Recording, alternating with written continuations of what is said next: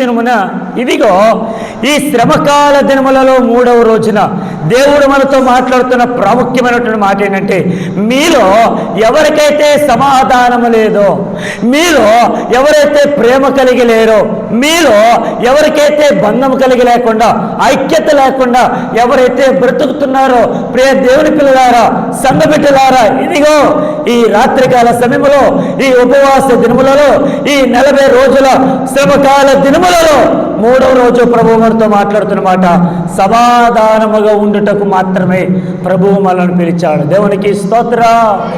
గట్టిగా హల్లెలూయా.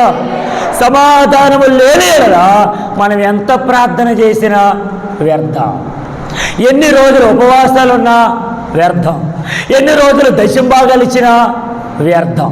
దేవునికి స్తోత్రం. చెప్పండి హల్లెలూయా. చాలామందికి ఈరోజు ఉపవాస కూడికని తెలుసా తెలీదా? తెలుసు. కానీ కొద్దిమంది మాత్రమే మన మధ్యలో ఉన్నారంటే మిగతా వాళ్ళందరూ కూడా రాకడలు ఎత్తపడ్డారా? దేవునికి స్తోత్రం. చాలామందికి దేవుడు అంటే భయము భక్తి లేదు. మరి దేవుడంటే భయము భక్తి లేనటువంటి వారి జీవితాల్లో సమాధానం ఉంటుందా? ఐక్యత ఉంటుందా? ప్రేమ ఉంటుందా? దేవునికి స్తోత్రం.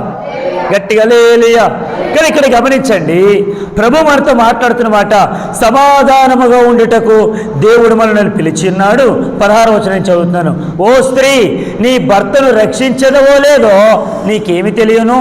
ఓ పురుషుడా, నీ భార్యను రక్షించదవో లేదో నీకేమి తెలియను? 17. అయితే ప్రభువు ప్రతి వానికి ఏ స్థితి నియమించెనో, దేవుడు ప్రతి వాణిని ఏ స్థితి యందు పిలిచెనో ఆ స్థితి యందే నడుచుకొనవలెను. ఈ ప్రకారమే సంఘములన్నిటిలో నియమించుచున్నాను. దేవునికి స్తోత్రం.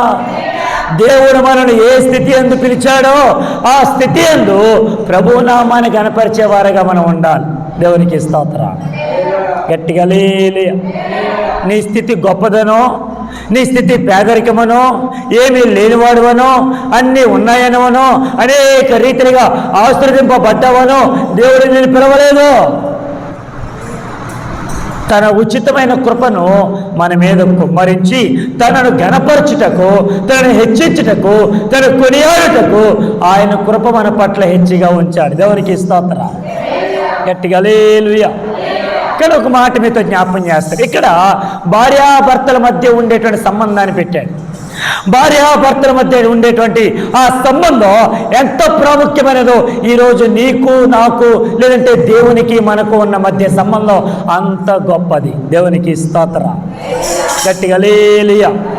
ఇప్పుడు ఒక భార్య ఒక భర్త వారిరువురికి పెళ్ళైన తర్వాత వారిరువురు కూడా భర్తగా భార్యగా పిలిపించుకునే సందర్భాలలో ఒకవేళ అతను రక్షించబడ్డారో రక్షించబడలేదు, వారు దేవుని విధేయత కలిగి ఉన్నారు, విధేయత లేని వారు ఉన్నారు, భక్తి కలిగిన వారు ఉన్నారు, భక్తి లేనటువంటి వారు ఉన్నారు. అటువంటి వారి మధ్య ఎప్పుడు చూసినా గొడవలే వస్తాయి. దేవునికి స్తోత్రం. చెప్పండి గట్టిగా హల్లెలూయా. కానీ ఇక్కడ గమనించినట్లయితే ఎవరైతే పెళ్లి చేసుకోకుండా ఉంటారో, ఎవరైతే పెళ్లి చేసుకొని విధవరాండ్రుగా ఉంటారో అటువంటి వారికి 8వ వచనంలో మాట్లాడుతున్నమాట, ఇదిగో నా వలె ఉండుట వారికి మేలని పెళ్లి కాని వారితోనూ విధవరాండ్రతోనూ చెప్పుచున్నాను. దేవునికి స్తోత్రం. గట్టిగా హల్లెలూయా. కానీ ఇక్కడ గమనిస్తే పెళ్ళైనటువంటి వారు ఎలా ఉండాలి? పెళ్లి కానటువంటి వారు ఎలా ఉండాలి? ప్రభు నమ్మినటువంటి వారు ప్రభుతో ఎలా ఉండాలి? ప్రభు సన్నిధానములో ఎలా ఏకీభవించాలి? ఈ ఉపవాస దినాలలో నీ ఉపవాసం, నీ ప్రార్థన, నీ జీవితం, నీ భక్తి దేవునికి ఇష్టంగా ఉందా లేదా? ప్రభుని మెచ్చేదిగా ఉందా లేదా?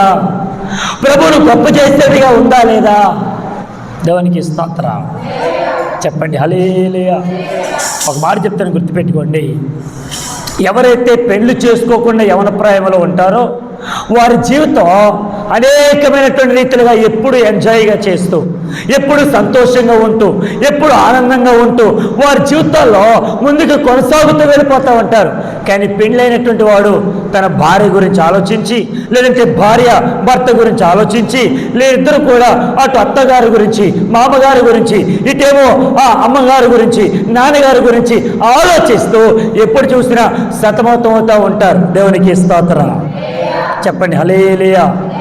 కానీ ఇక్కడ ఒక మాట చెప్తాను, గుర్తుపెట్టుకోండి. ఇక్కడ అంటున్నాడు 8వ వచనంలో 9వ వచనంలో, అయితే మనస్సు నిలుపలేని ఎడల పెళ్లి చేసుకొనవచ్చును. దేవునికి స్తోత్రం చెప్పండి, హల్లెలూయా.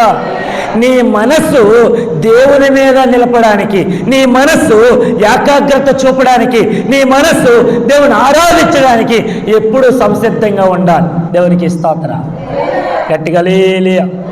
కానీ ఇక్కడ అంటున్నాడు, ఎవరైతే పెళ్లి చేసుకోకుండా ఉంటారో వారు ధన్యులు. అలాగైతే కాదు, కానీ ఇంకో మాట చెప్తున్నారు, ఇదిగో ఎవరైతే మనసు నిలుపలేకున్నారో వారు పెళ్లి చేసుకోవడం మంచిది. ఆమేన్ ఆమేన్ గట్టిగా హల్లెలూయా చెప్పండి, హల్లెలూయా. మొట్టమొదటి విషయం మీతో జ్ఞాపం చేస్తున్నాను, నీ మనస్సు ఎప్పుడు కూడా ప్రభు మీద ఆనుకునేదిగా ఉండాలి. ఆమేన్. ప్రభు మీద మన మనసు ఎప్పుడు ఉండదో, ఎప్పుడు చూసినా బయట మాత్రమే తిరుగుతూ ఉంటుంది. లోకానుసారమైనటువంటి మనసు కలిగిన వారిగా మనం బ్రతుకుతాం. లోకానుసారమైనటువంటి అలవాట్లకు లోపడిపోతూ ఉంటాం. లోకానుసారముగా జీవిస్తూ ఉంటాం. కానీ గమనిస్తే దేవుని పట్ల మనస్సు కలిగినటువంటి వారు ఎలా ఉంటారో తెలుసా? సమాధానము కలిగి మాత్రమే జీవిస్తారు. దేవునికి స్తోత్రం చెప్పండి గట్టిగా, హల్లెలూయా. ఈ రోజున ప్రభు ఆలయంలో, లేదంటే ప్రభు సన్నిధానంలో మనందరము చేరికూడి ప్రార్థించడానికి, ఆయనను ఆరాధించడానికి ప్రభు మనకి ఇచ్చిన ఒక గొప్ప ధన్యత. ఇదిగో నీ మనస్సు నా మీద ఉందా లేదా? ఒక మాట చెప్తాను, చదవండి. యెషయా గ్రంథం 23వ అధ్యాయము 3వ వచన భాగం. యెషయా గ్రంథం 26వ అధ్యాయము 3వ వచన భాగం. ఎవరి మనస్సు నీ మీద ఆనుకొనునో వారిని నీవు పూర్ణ శాంతి గలవానిగా. దేవునికి స్తోత్రం చెప్పండి, హల్లెలూయా. ఇప్పుడు మనస్సు నీ భార్య మీద నీకు ఉండాలి భర్తగా, నీ మనస్సు నీ భర్త మీద నీకు ఉండాలి ఒక భార్యగా. ఆమేన్ గట్టిగా హల్లెలూయా. అలాగైతే దేవుని నమ్మినటువంటి బిడ్డగా నీ మనసు దేవుని మీదే ఉండాలి, దేవునితోనే అంకితం అవ్వాలి, దేవునితోనే మమేకం అవ్వాలి, దేవుని ఆరాధించేదిగా ఉండాలి. దేవునికి స్తోత్రం చెప్పండి, హల్లెలూయా. కానీ గమనించండి, ఈ రోజున మనుషులందరూ కూడా తమ మనసులను చెరిపివేసుకొని, తమ మనసులను దేవుని పట్ల ఉంచకుండా, దేవునికి ఇవ్వకుండా, దేవుని ఆరాధించకుండా, దేవుని గణపరచకుండా ఇష్టానుసారంగా వారు బ్రతుకుతూ ఉన్నారు. దేవునికి స్తోత్రం. అలాగైతే ఈరోజు మనం చేస్తున్నటువంటి ఉపవాసంలో మన మనస్సు నిలకడగా ఉందా లేదా ఆలోచించండి. మన మనస్సు దేవుని పట్ల ఉందా లేదా? మన మనస్సు ఏకాగ్రత కలిగి ఉందా లేదా? మన మనస్సు దేవుని పట్ల అనేకమైనటువంటి కార్యాలు చేసినటువంటి ఆ దేవుని ఆరాధించేదిగా ఉందా లేదా? ఒకసారి మనం పరిశీలన చేసుకోవాలి. దేవునికి స్తోత్రం చెప్పండి, హల్లెలూయా. ఇక్కడ ప్రభు అంటున్నాడు, ఇదిగో అపోస్తలుడైనటువంటి పౌలుతో ఈ గ్రంథాన్ని రాయిస్తూ మన స్థితిగతులు ఎలా ఉన్నాయో, దేవుడు మనం ఏ స్థితిలో పిలిచాడో ఆ స్థితిలో ఆయనకు మహిమ తెచ్చేలా జీవించాలి. ఆమేన్ గట్టిగా హల్లెలూయా. కొంతమంది చూడండి, వివాహం కాకమునిపే యవన కాలంలో ఉన్నప్పుడే ప్రభు వారిని పట్టుకుంటాడు, ప్రభు వారిని అభిషేకిస్తాడు, ప్రభు వారిని ప్రేరేపిస్తాడు, ప్రభువులో ఎదగాలని, ప్రభు మాట వినాలని, ప్రభుని ఆరాధించాలని, ప్రభుని ఘనపరచాలని యవన కాలంలో ఉండగానే దేవుని వాక్కు చేత పట్టబడినటువంటి యవనస్తులు ఎంతోమంది ఉన్నారు. దేవునికి స్తోత్రం. మరి కొంతమంది వివాహమైన తర్వాత మార్పు చెందుతారు, మరి కొంతమంది పిల్లలు పుట్టిన తర్వాత మార్పు చెందుతారు, మరి కొంతమంది వృద్ధాప్యములకు వచ్చిన తర్వాత మార్పు చెందుతారు. దేవుడు నువ్వు ఏ స్థితిలో ఉన్నావో ఆ స్థితిలో నిలిపించినప్పుడు ఆ దేవుని మహిమపరిచేవారుగా మాత్రమే మనం బ్రతుకుదుముగాక. చెప్పండి గట్టిగా హల్లెలూయా, గట్టిగా హల్లెలూయా.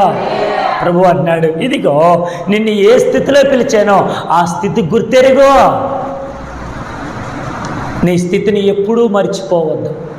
ఈ రోజున చాలామంది ఒక స్థితిలో నుంచి మరొక స్థితిలోనికి వెళ్ళిన తర్వాత, లేదంటే పేదరికములో నుంచి ధనికులలోకి వెళ్ళిన తర్వాత, సంపన్నులుగా మారిన తర్వాత, ప్రభువు వారిని ఆశీర్వదించిన తర్వాత వారి పడుకట్లు మారిపోతున్నాయి, వారి పద్ధతులు మారిపోతున్నాయి, వారి ఆచారాలు మారిపోతున్నాయి, వారి అలవాట్లు మారిపోతున్నాయి.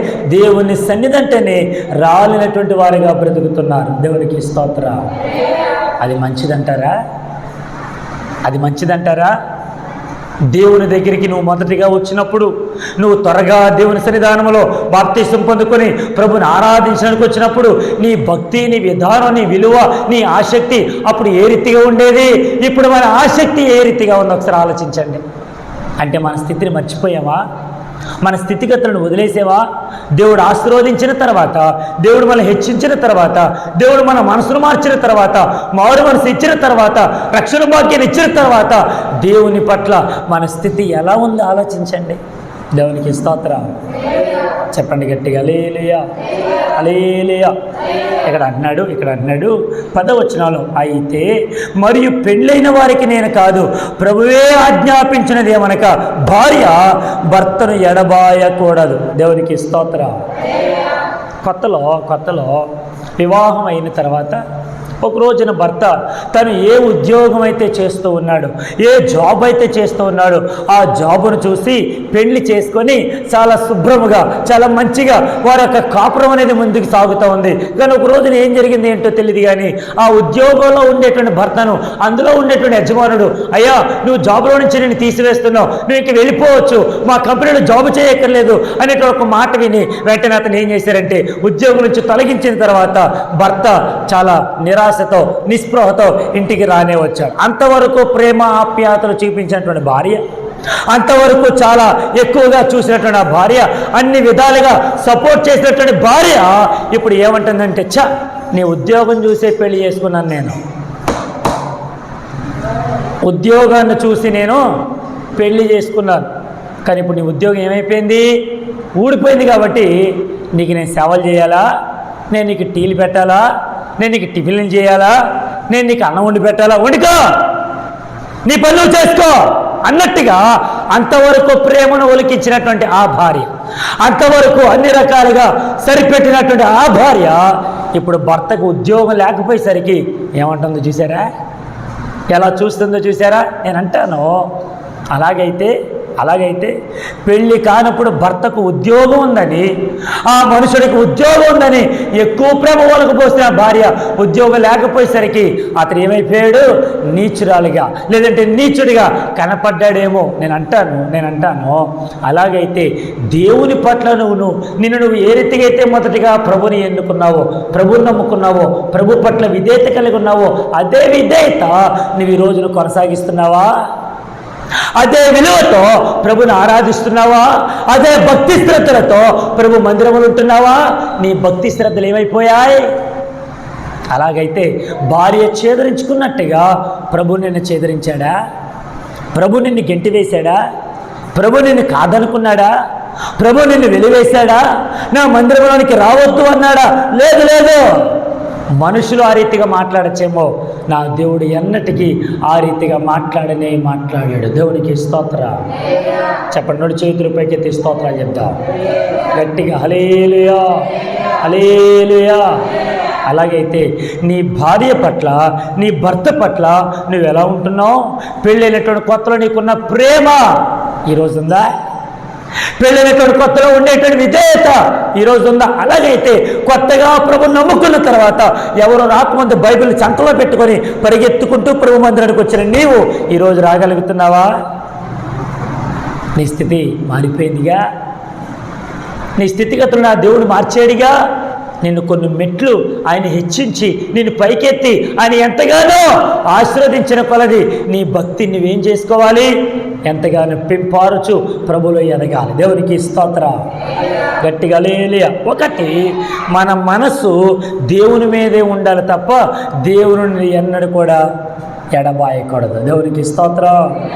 మన మనసు ఎప్పుడు మారకూడదు. దేవునికి స్తోత్రం. రెండవ మాటలోనికి వెళుతున్నాం. చదవండి 11వ వచన భాగం. ఎడబాసిన ఎడల పెళ్లి చేసుకొనకుండవలెను, లేదా తన భర్తతో సమాధాన పడవలెను. పరిత్యజింపకూడదు. ప్రభు కాదు, నేనే తక్కిన వారితో చెప్పినదేమనగా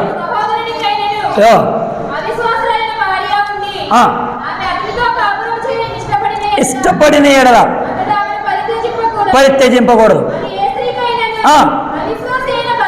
భర్త అయ్యుండి దేవునికి స్తోత్రం. గట్టిగా హల్లెలూయా. ఈ రోజున చాలా వివాహాలు అలాగే జరుగుతున్నాయి. ఎలాగా? భర్త దేవునిలో శ్రద్ధాభక్తులు కలిగిన వాడైతే భార్య ఏమో శ్రద్ధాభక్తులు లేనిదిగా ఉంటుంది. ఒకవేళ భార్య దేవుని పట్ల భక్తి కలిగినటువంటి విశ్వాసురాలుగా ఉందనుకోండి, భర్త మాత్రం ఎప్పుడు చూసినా చర్చికి రాకుండా, దేవుని మందిరంలోకి అడుగు పెట్టకుండా, దేవుని ఆరాధించకుండా అటు ఇటు అల్లర్చిల్లరగా, తాగుబోతులుగా, తిరిగిపోతులుగా చాలామంది తిరుగుతూ ఉన్నారు. దేవునికి స్తోత్రం. గట్టిగా హల్లెలూయా. ఒకవేళ అటువంటి సమస్య కనుక ప్రతి ఒక్కరిలో ఉండుంటే, ఇప్పుడు అన్నాడు, అలాగైతే విశ్వాసురాలుగా ఎదుగుతున్నటువంటి భార్య అవిశ్వాసుడిగా ఉండేటువంటి భర్తను ఎప్పుడూ విడనాడకూడదు. దేవునికి స్తోత్రం. పాస్టర్ గారు, నేను చాలా భక్తి చేస్తున్నానండి, ప్రార్థన చేస్తున్నానండి, ఉపవాసాలు ఉంటున్నానండి, కన్నీరు కారుస్తున్నానండి, ప్రార్థనలో ఎదుగుతున్నానండి, కానీ నా భర్త మాత్రం ఎన్నిసార్లు పిలిచినా, ఎన్నిసార్లు రమ్మన్నా నా సన్నిధానమునికి లేదంటే దేవుని సన్నిధానంలో నాతో పాటు కలిసి రావడానికి నా భర్త నాతో ఏకీభవించట్లేదు పాస్టర్ గారు, నాకు చిరాకేస్తుంది పాస్టర్ గారు, ఇంక విడాకులు ఇచ్చేద్దాం అనుకున్న పాస్టర్ గారు. తప్పు, విడాకులు ఇవ్వకూడదు. ఒకవేళ భర్త భక్తి శ్రద్ధలు కలిగిన వారికి ఉన్నప్పుడు భార్య చెప్తుంది, అవండి మీరు వెళ్ళండి, పిల్లలకి నేను అన్నం వండాలి, బట్టలు ఉతకాలి, స్నానాలు చేయించాలి, అన్ని రకాలుగా నేనే ఉండాలి, కాబట్టి నేను చర్చికి రాను. మీరు రమ్మంటే రావాలా, పొమ్మంటే పోవాలా, అన్నీ మీ ఇష్టమేనా, నేను రాను అలాంటి భార్య అన్నదనుకోండి, విశ్వాసగా ఉండేటువంటి భర్త అవిశ్వాసరాలుగా ఉండేటువంటి భార్య పట్ల విడనాడకూడదు, గెంటి వేయకూడదు, నువ్వు నాకు ఇష్టం లేదు అన్న మాట చెప్పకూడదు. ఎందుకు? ఇది వాక్యం. వాక్యం ద్వారా ప్రభు మనతో మాట్లాడుతున్న మాట ఏంటంటే 14 వచనం చదవండి. అవిశ్వాసి అయిన భర్త భార్యను బట్టి పరిశుద్ధపరచబడును. అవిశ్వాసురాలైన భార్య విశ్వాసి అయిన భర్తను బట్టి పరిశుద్ధపరచబడును. లేని ఎడల మీ పిల్లలు అపవిత్రులైందరు, ఇప్పుడైతే వారు పవిత్రులు. దేవునికి స్తోత్రం. విశ్వాసి అయిన భర్తను బట్టి అవిశ్వాసురాలుగా ఉన్న భార్య పరిశుద్ధపరచబడుతుంది. ఆ విశ్వాసురాలైనటువంటి భార్యను బట్టి అవిశ్వాసగా ఉండేటువంటి భర్త పరిశుద్ధపరచబడతాడు. లేకపోతే పిల్లలు అపవిత్రులవుతారు, పిల్లలు నాశనం అయిపోతారు, పిల్లలు పాడైపోతారు. పిల్లల కోసమేగా ఈరోజు భార్యాభర్తలందరూ కష్టపడేది, తల్లిదండ్రులందరూ చెమటూడ్చేది, కష్టపడేది. దేవునికి స్తోత్రం చెప్పండి. హల్లెలూయా. ఎక్కడ కూడా బైబిల్లో భార్యాభర్తలుగా ఉండేటువంటి వారిని విడదీయండి అని ఎక్కడా చెప్పబడాల. వారి మధ్యలో మనుషులుగా దూరి, మనుషులుగా వెళ్ళి ఒకటిగా ఉండేటువంటి భార్యాభర్తలు మనుషులు ఏం చేస్తున్నారు? విడదీస్తున్నారు. కాబట్టి ఎప్పుడు కూడా ఆ భార్యాభర్తల మధ్యలోకి ఏ మనుషులు వెళ్ళకూడదు, ఏ మనుషులు చొరబడకూడదు. నా దేవుడే వారి మధ్య ఉండునుగాక, ప్రభు వారి మధ్య కార్యము చేయునుగాక. అవిశ్వాసగా ఉన్నటువంటి భర్త విశ్వాసురాలుగా ఉన్న భార్యను బట్టి మార్చబడునుగాక. గట్టిగా హల్లెలూయా.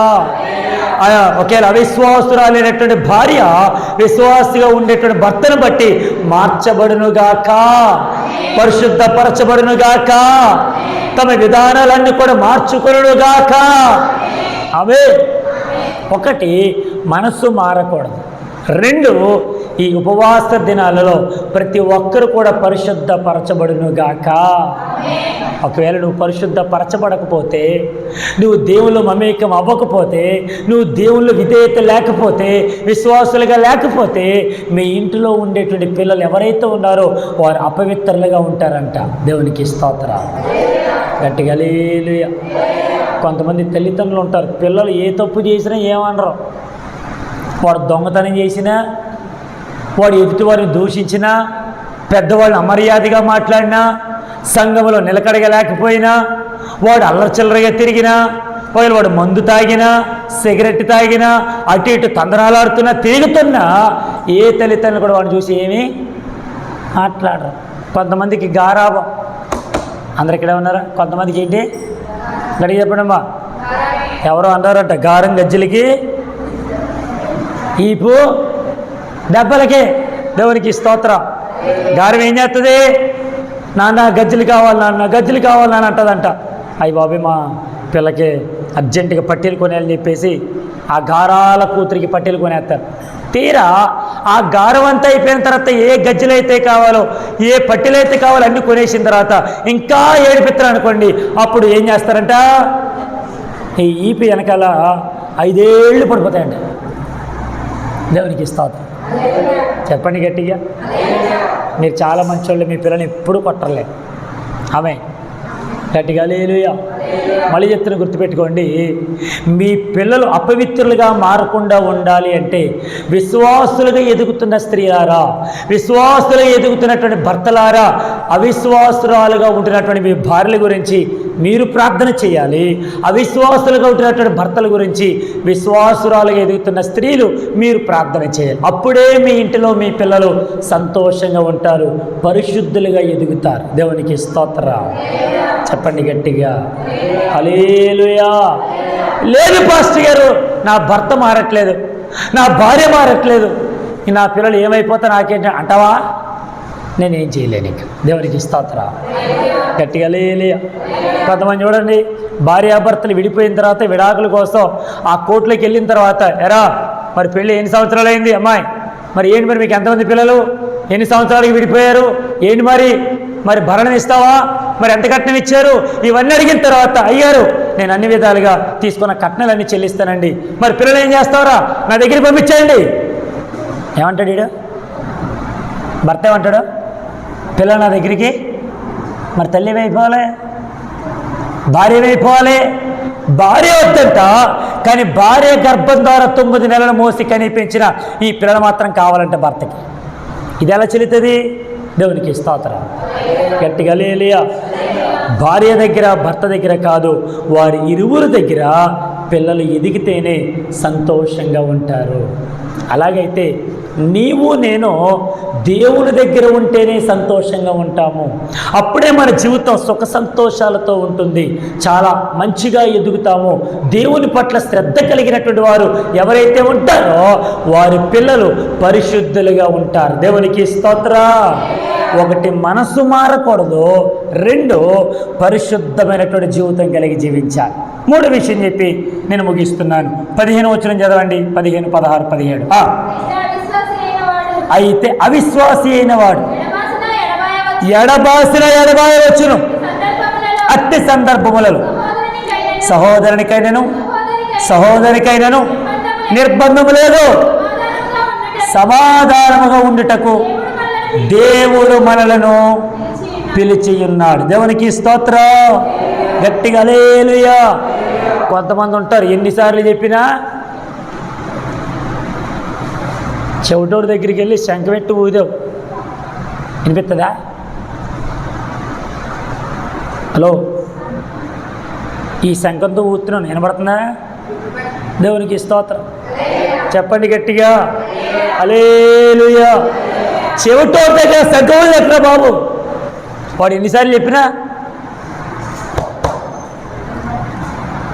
అంటే ఇది కొడితే వినబడుతుందా? దేవునికి స్తోత్రం.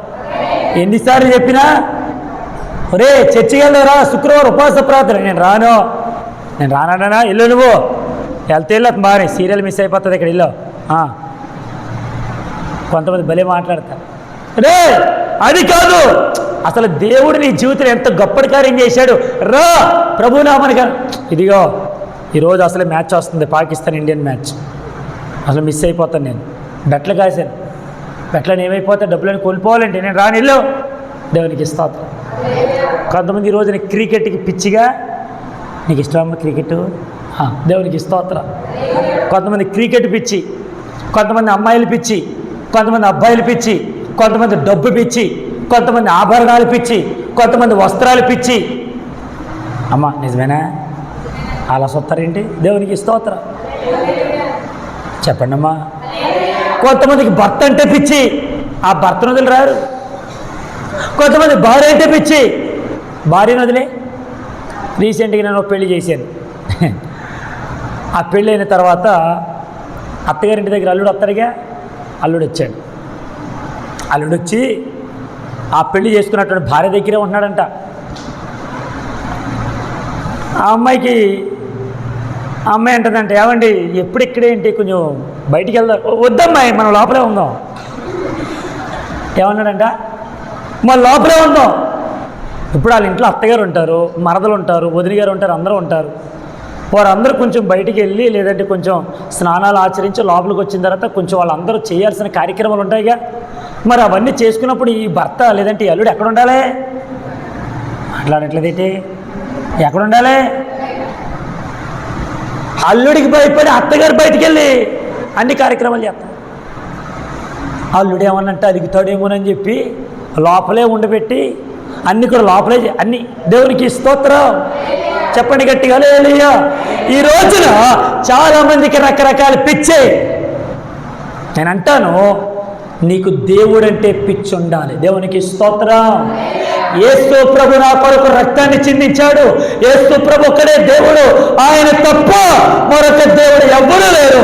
ఆయన నా పిచ్చి, ఐఎమ్ క్రేజీ అబౌట్ జీసస్ అని అన్నాడు అనిల్ కుమార్ గారు. దేవునికి స్తోత్రం గట్టిగా హల్లెలూయా. దేవుడు అంటే మనకి పిచ్చుంది అనుకోండి, ఆ పరలోక రాజ్యంలో ఉంటాం. ఆమేన్. భర్త అంటే పిచ్చున్నాం అనుకోండి, ఇంట్లోనే ఉంటాం. భార్య అంటే పిచ్చుంది అనుకోండి, అక్కడే ఉంటాం. కొంతమందికి అబ్బాయిలు అంటే పిచ్చి, ఎప్పుడు చూసినా ఫోన్తో లోడలోడ మాట్లాడుతూ ఉంటారు. కొంతమంది అమ్మాయిలకి అబ్బాయిలంటే పిచ్చి, అబ్బాయిలకి అమ్మాయిలంటే పిచ్చి, తెగ మాట్లాడుతూ ఉంటారు. అమ్మ చెప్పినా మీరు మాట్లాడాలి ఆయనకాల. అమ్మ చెప్పినా, నాన్న చెప్పినా, అమ్మమ్మ చెప్పినా, తాతయ్య చెప్పినా, నాయనమ్మ చెప్పినా మీరు మాట్లాడరే, వింటారా? చెప్పాలమ్మా. అమ్మ ఎవరితో మాట్లాడు? మా ఫ్రెండు. ఎవరంట?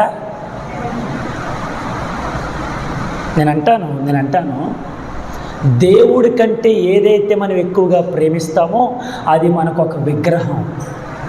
ఆమేన్. దేవుడి కంటే ఎవరినైతే ఎక్కువగా మనము చూస్తామో, ఎవరికి ఎక్కువ విలువిస్తామో, ఒక భర్తగా నీ భార్యకి ఎక్కువ విలువిచ్చావనుకో అది నీకు ఒక విగ్రహం. ఒక భార్యగా నీ భర్తకి ఎక్కువ విలువిచ్చావనుకో ఆయన ఒక విగ్రహం. నీ పిల్లలే నీకు విలువైపోయారంటే వాళ్ళొక విగ్రహం. దేవునికి స్తోత్రం గట్టిగా హల్లెలూయా. ఏ ఒక్కరిని కూడా విగ్రహంగా చూడకూడదు. ఆమేన్. గట్టిగా హల్లెలూయా. ఎందుకంటే ఆ విగ్రహానికి మనం ఏమైపోతాం, లోబడిపోతాం. కానీ దేవుడు అంటాడు, విగ్రహం కాదు నాయన, నువ్వు నిగ్రహం కలిగి ఉండాలి. ఆమేన్. ఏముండాలి మనలో? ఆశ, నిగ్రహం. అంటే ఆశలను మనం ఏం అణుచుకోవాలి. మనలో ఉన్న ఆశలు ఏమైపోతాయి? ఎవరు అన్నారంట, నీలో ఉన్న కోరికలన్నీ గుర్రాలైపోతాయి, కళ్ళాలు ఎవడెట్టుకుంటాడు? ఆమేన్. గట్టిగా హల్లెలూయా. నాలో ఒక కోరిక, తర్వాత ఇంకో కోరిక, తర్వాత ఇంకో కోరిక, చాలా రకరకాల కోరికలన్నీ వచ్చేసినాయి. ఇప్పుడు కోరికలన్నీ గుర్రాలైపోయినాయి. ఒక్కొక్క కోరిక ఒక్కొక్క గుర్రం అనుకుందాం.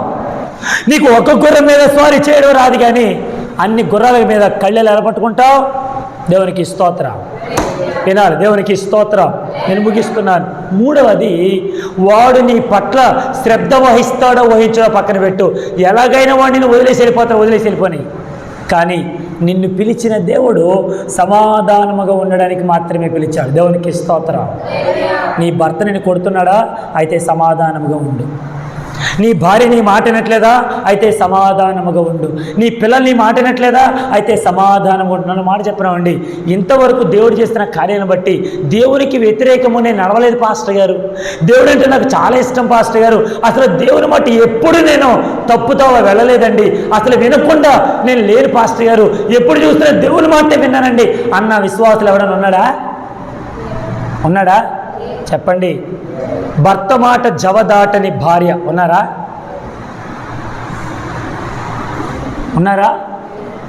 భార్య మాట వినకుండా ఎప్పుడు చూస్తే భార్య మాటే వినేటట్లుగా ఉండేటువంటి భర్తలు ఉన్నారా?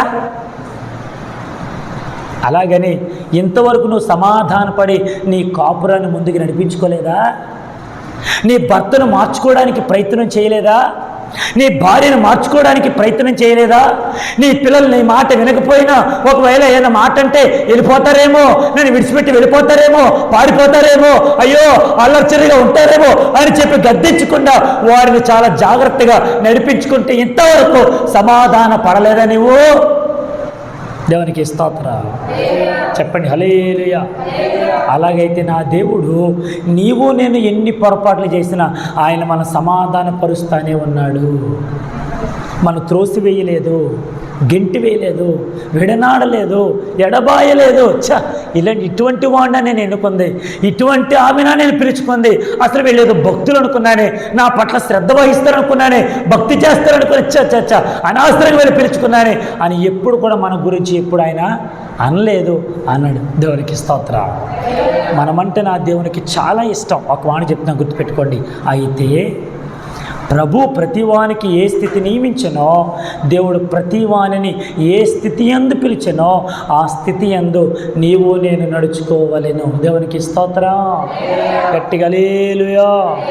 పెళ్లి చేయడానికి ముందు అత్తామామల దగ్గర ఏ మాట అయితే నీకుందో అదే మాట ప్రకారంగా నీ భార్య నువ్వు చూసుకోవాలి.